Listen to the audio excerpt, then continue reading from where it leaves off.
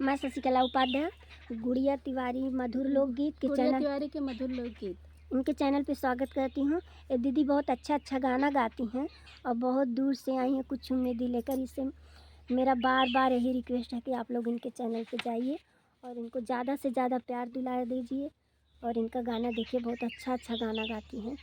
तो प्लीज़ हमारा यही आप सबसे बार बार विनती है। तो मैं एक बहुत ही प्यारा गीत सुनाने जा रही हूँ। हमारा गीत कैसा लगा कमेंट में ज़रूर बताइएगा। नमस्कार।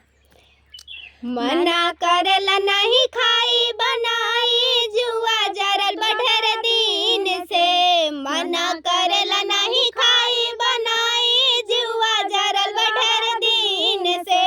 नैहर तू पहुँचा दाए पिया अब देखा बना सौतीन के। नैहर तू पहुँचा दाए पिया अब देखा बना सौतीन के।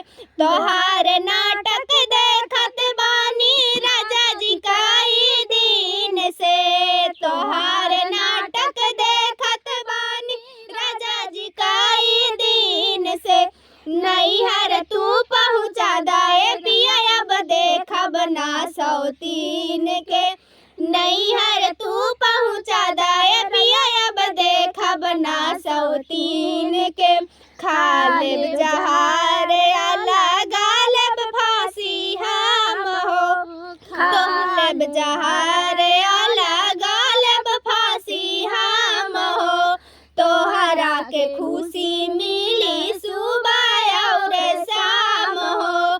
तोहरा के खुशी मिली सुबह और शाम हो। सोचले न रहली देखब पिया अब हम ऐसन दिन के।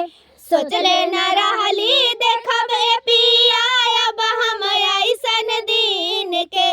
नैहर तू पहुँचा दाए पिया अब देखब ना सौतीन के। नैहर तू पहुँचा दाए पिया अब देखब ना सौतीन के। मना करला नहीं खाई बनाई जुआ जरल बढर दिन से। मना करला नहीं खाई बनाई जुआ जरल बढर दिन से। नैहर तू पहुँचा दाए पिया अब देखब ना सौतीन